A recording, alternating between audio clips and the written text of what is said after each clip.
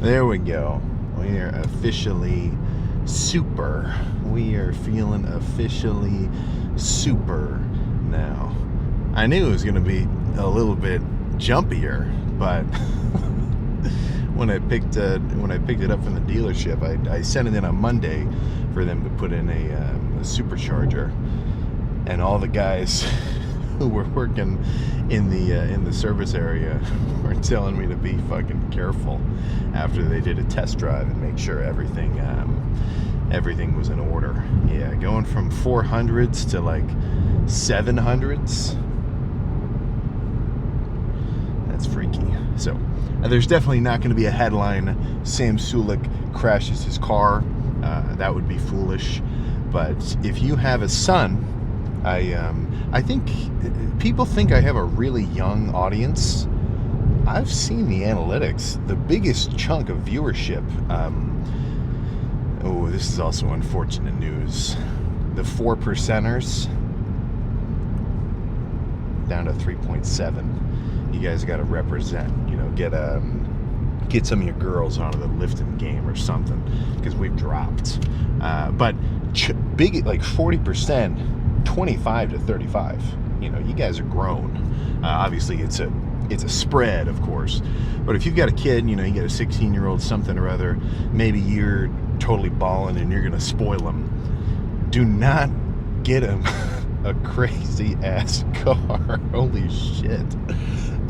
My first thought when I did a left coming back home, going from like small two-lane freeway onto like a side road, and it was like third throttle, squeak.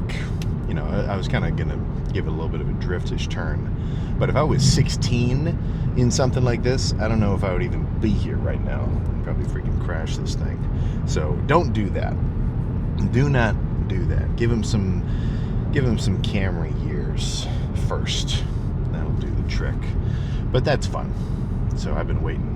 Yeah, this was like a long week in the loaner car. But now we're back to normal, and I finally have both my good suction cups, so we can get back to our regularly scheduled car talks. Sorry about that for the last two videos. I forgot to bring those into the loaner car. All right, I don't know what I like lost one for a minute. But now we're back to normal. So plan for this morning. This is the second day of the loop, and when I'm dieting right now, new low alert, 233.5 pounds.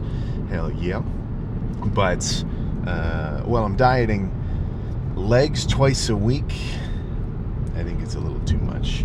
So it goes legs, chest, back, arms, and then rather than just start that 4-day loop again, today's a wild card day. So today is a wild card workout. So if you ever have a day where your targeted muscle you can tell isn't really ready to go, it's not ready for a complete whooping, which in my case is my legs, then actually wait, did I just do legs last time? Crap, let me remember. Did I use shoulders and hamstrings last time? Maybe I am doing quads. I got to look at my schedule. I'm like, these videos are a couple days behind now, in a good way. Usually I get what'll happen is sometimes I'll record the workout, post the workout on the same day, and then I'm on like a same day loop. But now I'm a few days ahead, so it's making me forget my schedule. Is today quads and I'm just like losing my mind? Because did I just do a shoulder? Fuck, I can't remember. All right, well, I'm going into this thinking either forearms and shoulders or legs. I got to look back and see what I did a couple days ago and remember. But either way, I'll figure it out. But if it ends up being shoulders and forearms like I'm thinking, then all I'm going to end up doing is the staples. So the staples of that for me are going to be dumbbell forearm curls bent over on the bench, as I will show. Reverse forearm curls, same thing. Light dumbbell. You don't even need a bench, you can just use a chair. This is a totally doable at-home workout if you've got a heavy and a light dumbbell. And then a little bit of calves as well. I guess I'm not even sure if I'm going to hit shoulders today, too, because I just did shoulders pretty recently. I don't need to be doing those all the time. We'll wait till we actually get started to make that decision. But, I was asking one of my buddies who he would know, because he's a car guy. His name's Blake. He's always making, like, old school motorcycles and, like, he's a real, what do you call that? I was about to say grease monkey, but I feel like that's actually insensitive. He's a mechanic type dude. Like, he's actually, let's just say he's oil and cylinder head inclined. But I asked him, I'm like, okay, what's a good parking lot? What's a solid abandoned lot to rip this thing and not get in trouble? And honestly, I don't think even he knows. So maybe we'll just save some nasty ass donuts for wintertime. Because when it's snowy, let's just say this: if you're gonna rip a donut in an empty parking lot, do it when it's snowing, because you don't actually have to get a lot of momentum built up. I spent last night. This is a little bit of a exposure test for me. I'm on Reddit and I'm looking up. It's just a whole subreddit, crashing Mustangs, so I could get a good understanding of what not to do, because I don't want to catch myself on the front line of that page. But waking up fresh, I got a pretty dang solid night's rest. I got my gallon of sugar-free water, or I guess sugar-free flavored water next to me, so I am more than well hydrated, and I'm already getting that cheek. For me, with beta-alanine, I get it in the cheeks. I'm getting that cheek tingling sort of feeling. So I know the beta-alanine from the Super Savage is starting to do its trick. So I'd say fast forward another, 10 minutes until I get to the gym, and we will be ready to go. We'll be absolutely ready to cook whatever the hell today brings. I'm totally off my game. I might need to start writing out a schedule just so I don't forget. Normally I don't. Normally I'm good with that sort of thing, but something about today, I do not know. So, let's get started. All right, so here's my formula. A 20-pound dumbbell plus an 80-pound dumbbell equals a badass set of pumped forearms. So I'm just gonna show one set of each, but I'm gonna sit here for probably about 6. I grabbed the 60s at first, but your forearms are fucking strong. Maybe not so much on this end, that's the lighter one, but that'll be the next little bit. I just grabbed this so I didn't have to grab it later. But first, 20-pound dumbbell, even a 10-pound dumbbell. If you've never done this, I'd recommend even the 5-pound dumbbell. It doesn't really matter weight-wise so much. You're more so aiming for a bit of a burn. But I'm putting my foot on this part of the bench so that my knee is like flat. Like if your leg is sloped downward, it's not gonna feel as good. So, maybe if you're a taller dude, you're totally cool. Grab the 20, sit right here. Just as many as you can do. I'm probably gonna do 20-ish. By the time I can't really do much substantial reps, switch hands, repeat. I'm not sitting here doing partials. I'm not doing assisted reps past failure for the backside of my forearm. I'm just sitting here burning it out. So by the time I've done 6 of these, the backside of my forearm, like all these fancy looking lines and stuff, they'll be totally pumped.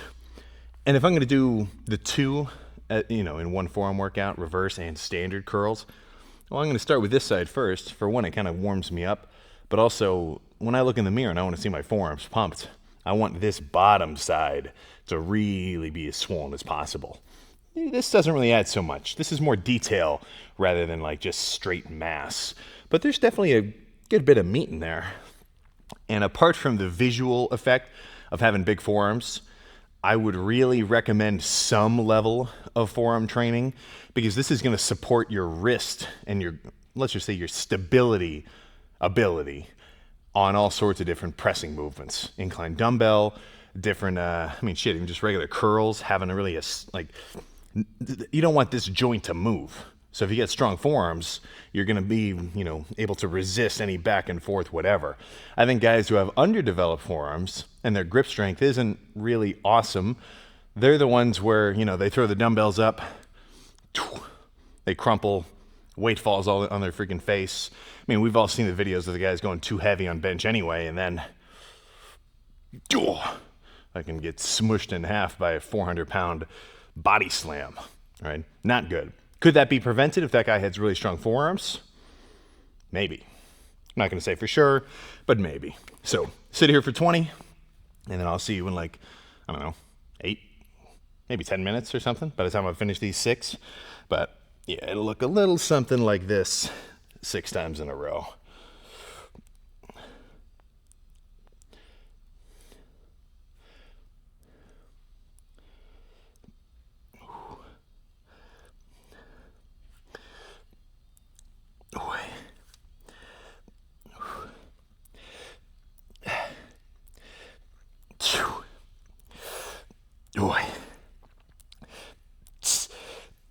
Okay, that's good.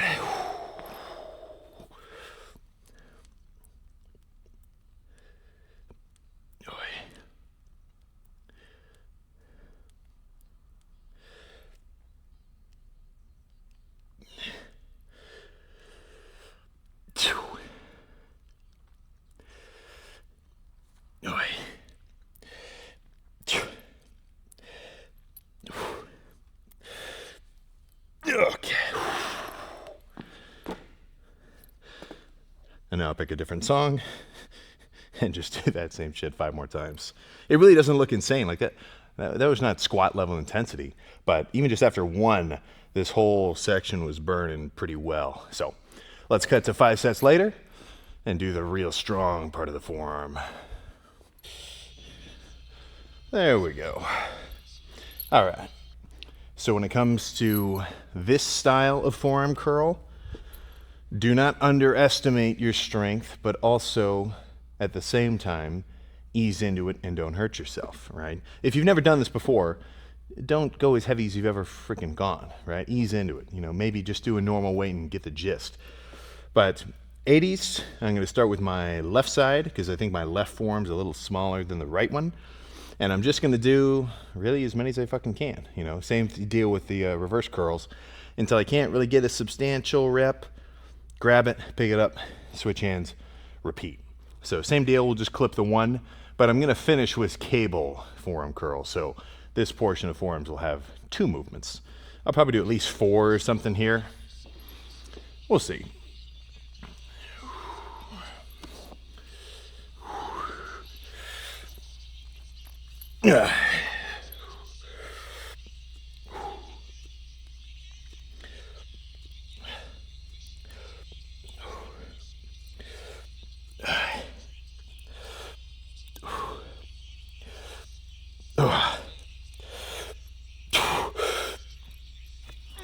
Okay.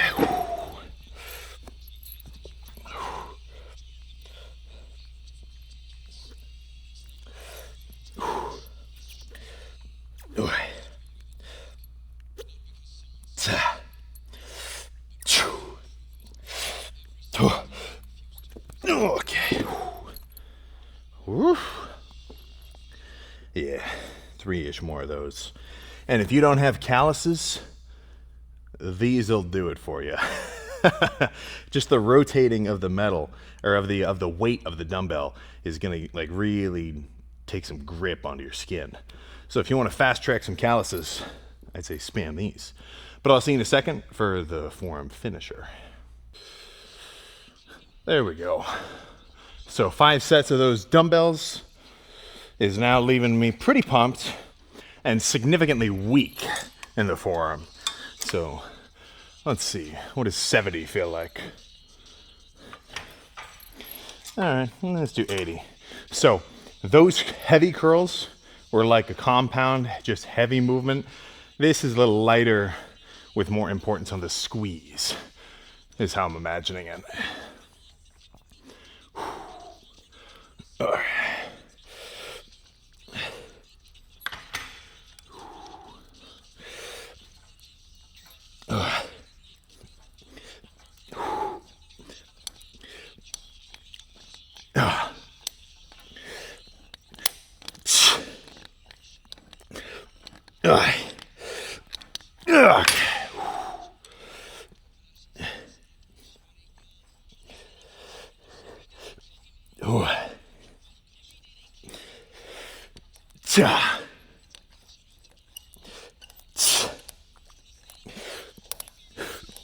Okay. 2 more. And then we're ready to pose down. Or at least forearm down. There we go. All right. So you tell me your thoughts, but personally, I would say that my forearms are rather freaking swollen. Let's get a slightly better look here. Yeah, I mean, shit. Even just hitting one of these is like nasty.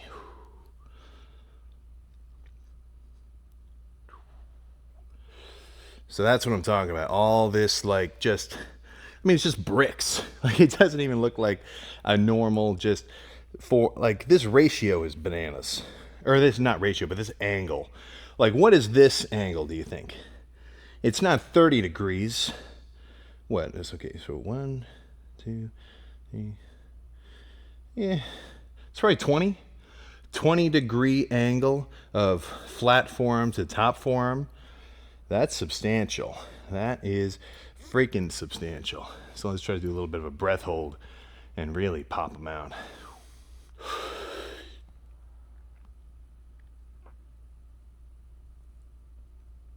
Yeah.